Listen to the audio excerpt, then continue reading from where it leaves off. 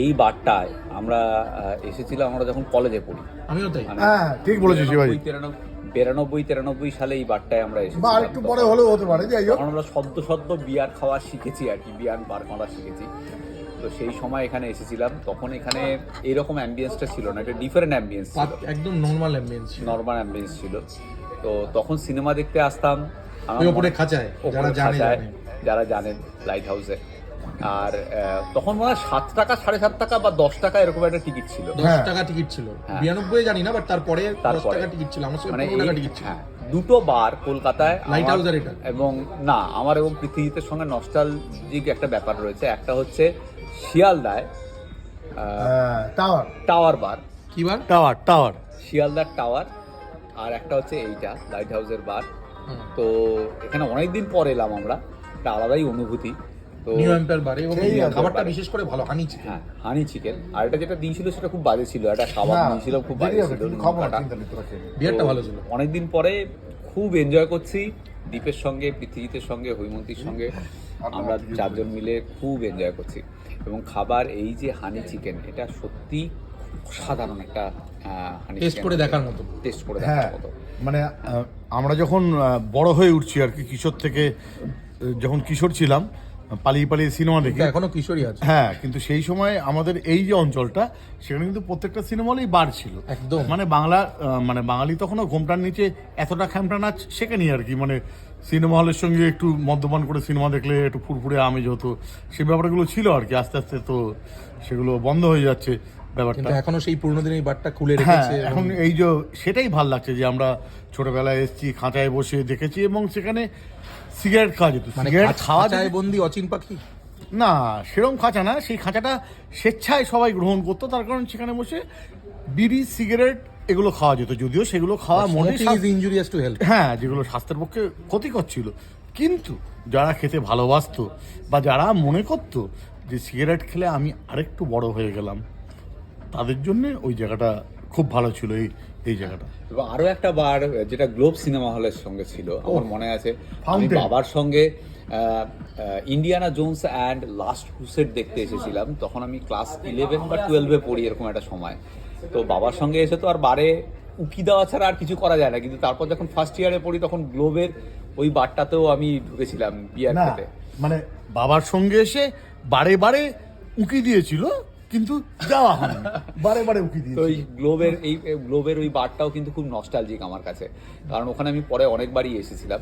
মানে আমি অকপট স্বীকারোক্তি আর কি। এই যে বারগুলো, Globe cinema hall, New Empire, Lighthouse, এগুলো কিন্তু আমাদের সঙ্গে আত্মার সঙ্গে জুড়ে রয়েছে, ওতপ্রোতভাবে জড়িত। মানে এই যে কি নস্টালজিক একটা ব্যাপার। তাই না তোমাদের কথা, আমার তো মানে ধরো বন্ধু বান্ধব বাবার থেকে কিছু পকেট মানি যে ভাগ বাটোয়ারা করে কোনো রকমে, ও সবাই তাই ছিল ব্যাপারটা। আমাদের কাছে তাই ছিল, তখন আমাদের পয়সা কোথায়, মানে বাবার মানি ব্যাগ থেকেই ঝাড়তে হতো, এবং তাতে কোনো লজ্জা ছিল না। না, আমি কিন্তু তুই দাঁড়া না, বার মানে হচ্ছে বার কাউন্সিলর, মানে অ্যাডভোকেট মনে হয় আমার। হ্যাঁ, কি আমার যেটা বক্তব্য সেটা হচ্ছে যে নিউ এম্পায়ার, লাইট হাউস, এই যে এসপ্ল্যানেড চত্বর, নিউ মার্কেট, আমেনিয়ার বিরিয়ানি, এগুলো কিন্তু আমাদের কৈশোর থেকে যৌবনে হয়ে ওঠা, যৌবনে উপনীত হওয়ার পথে এক একটা মাইলস্টোন আর কি। এই জায়গাগুলোতে কিন্তু আমরা প্রচুর সময় কাটিয়েছি আমাদের কলেজ জীবনে। কলেজ স্ট্রিটের সাথে সাথে এই জায়গাগুলো আমাদের সঙ্গে ওতপ্রোতভাবে জড়িত ছিল, আমরা মিস করি খুব। কিন্তু এখন কলকাতাটা চেঞ্জ হয়ে গেছে। এই যে কলকাতা চেঞ্জ হয়ে গেছে, কলকাতা এখন একটা কীরকম যেন ওয়েস্টার্ন একটা হয়ে গেছে। মানে সেই কলকাতা, সেই মধ্যযুগীয়, মানে একটা অদ্ভুত ভাইব ছিল কলকাতা, সেই ভাইবটাকে খুব মিস করি। আজকে অনেকদিন পর দীপের সঙ্গে, পৃথিবীতের সঙ্গে, হৈমন্তীর সঙ্গে আমরা বন্ধুরা মিলে এই যে আড্ডা মারছি, বিয়ার পান করছি, এই সুন্দর একটা হানি চিকেন খাচ্ছি, হ্যাঁ, সব মিলিয়ে মিশিয়ে কিন্তু একটা সেই যে কলকাতা, সেই যে হারিয়ে যাওয়া কলকাতা, সেটাকে একটু ছুঁয়ে দেখার চেষ্টা করি। মোবাইল ছাড়া গল্প, হ্যাঁ, মোবাইল ছাড়া গল্প। হ্যাঁ, তো আমি মোবাইলটাকে এই সাইডে রেখে দিচ্ছি, আমি দেখছিও না। না, ঢপ মারছি না, সত্যিই আমি মিস করি ওই কলকাতাটাকে, যে কলকাতাকে আমি দেখে বড় হয়েছি, আমার কৈশোরের কলকাতা। আমি প্রায়ই আসতাম কলকাতা। কি বলো, আমি বঙ্গবাসী কলেজে পড়তাম। যাই হোক, কলকাতা 110 বৃহত্তর কলকাতা হলো কলকাতা আর কি। যারা সোদপুরকে কলকাতা মনে করে না, তাদেরকে আমরা কিন্তু মানুষ বলে মনে করি না। না, 80-র দশকে, যখন আমি 80-র দশকের শেষের দিকে, 87, 88, 89, 90 এইরকম সময়, তখন না বস আমি সুন্দরবনের কাছাকাছি কোনো একটা দ্বীপে হ্যাঁ, তখন ও ছেড়ে দাও, ও মফস্বলে। তো তখন কলকাতায় কিন্তু বিরিয়ানি, এই যে আজকাল সবাই বিরিয়ানি বলছে, তখন কলকাতায় বিরিয়ানি বলতে 3টে জায়গা, সিরাজ, আমিনিয়া, এই এই এই এই এসপ্ল্যানেডের নিউ মার্কেটের পাশের আমিনিয়া। তখন কিন্তু আর্সেনালের কোনো নাম গন্ধ নেই, দাদা বৌদির কোনো নাম গন্ধ নেই। দাদা বৌদি আমাদের দিকে ছিল হয়তো, না ওটা ভাতের দাদা হোটেল বৌদি ছিল না তো, আমি জানি না তখন হ্যাঁ। ছিল, ভাতের হোটেল ছিল। হ্যাঁ, ভাতের হোটেল থেকে আস্তে আস্তে বিরিয়ানির দিকে নাম মানে হচ্ছে। সিরাজ, ওরা রয়্যাল যাই বলো, আর আমিনিয়া। ওরা থাকে সোদপুরে, সোদপুরকে এই তো কলকাতা আমার কথা ছিল। কলকাতা বলে কনসিডার আমি করতে পারছি না। আর ওরা যখন বিরিয়ানির গল্প বলছে যেই সালটায়, তখন আমি বিরিয়ানির নামটাও হয়তো তখনও বাচ্চা, শুনিনি, তুমি শোনো। আমি ছোট। তখন 3টে তখন জায়গা পোলাও বিরিয়ানি- মা রান্না করে দিত, ওই পোলাও আর কষা মাংস।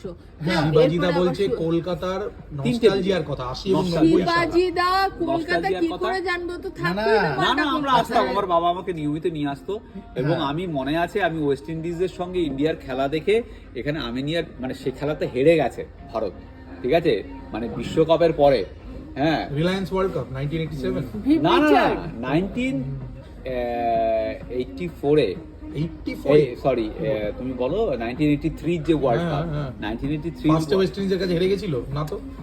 ওয়েস্ট ইন্ডিজকে হারালো ভারত, হ্যাঁ, হ্যাঁ। জিতলো।